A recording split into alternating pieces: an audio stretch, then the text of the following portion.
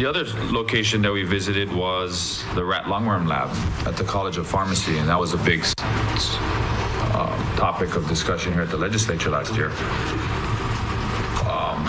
Dr. Sue Jarvie has been asking for funds, right, and for different programs, specifically to advocate for continued research into how to treat rat lungworm disease and prevention. Is that part of the University of UH-Hilo's priorities or budget requests, or what's your as the chancellor? Okay, this is a research area. Well, first let me make the statement. It's obvious that rat lungworm disease is a severe problem for East Hawaii and the island of Hawaii. Therefore, it is we would consider it a severe problem for the University of Hawaii, since it's an institution that's located there. The issue that I see is that the way research is funded at our campus is by researchers seeking out grant funding. We don't fund research using any allocated funds or tuition funds, at least to my knowledge.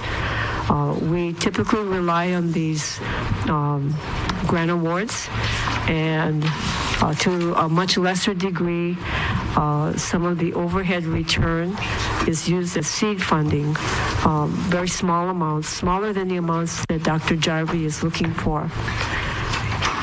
I'm going to ask Ken Hahn, who in his prior work led the University Research Council, to see if he can maybe provide some thoughts on this.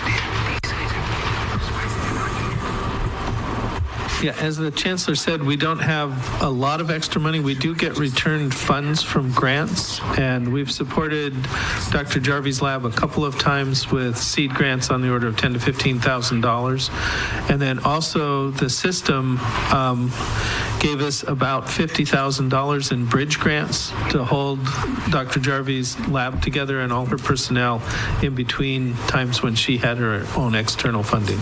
Do you know how much she's seeking now? Well, I know that particular research project. The research projects that she had, the last I looked, was about $200,000 to $250,000, mainly in people in the labs, her lab technicians and things.